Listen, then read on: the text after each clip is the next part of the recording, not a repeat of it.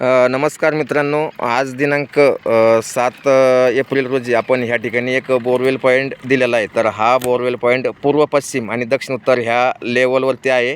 याला ईशान्येच्या 2 लाईनी आहे आणि विशेष म्हणजे दक्षिणेकडून येणारा जो भाग आहे, तर हे जे भाग समोर दिसतं तुम्हाला बघा, मी मार्किंग केलेली दिसते तुम्हाला इथं।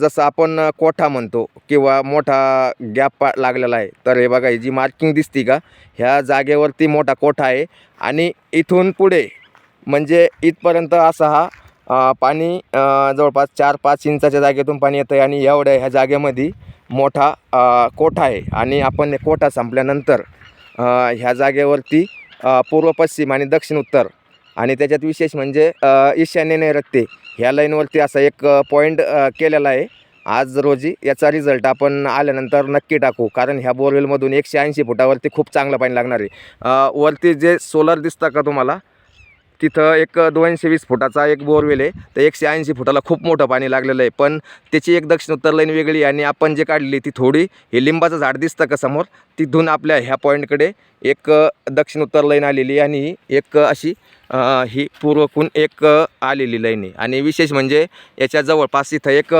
मोठं आपट्याचं झाड पण आहे बघा। आता ते इथं जाळल्यामुळं ते थोडं वाळलेलं आहे पेटल्यामुळं, पण एक मोठं आपटे झाड आहे इथं।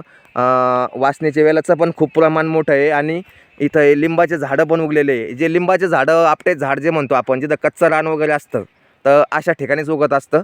तर ह्या बोरवेलचा पॉईंट ज्यावेळेस झाला आपण याचा रिझल्ट नक्की टाकू। हा बोरवेल पॉईंट दिनापूर धुपखेडा येथील दिलेला आहे।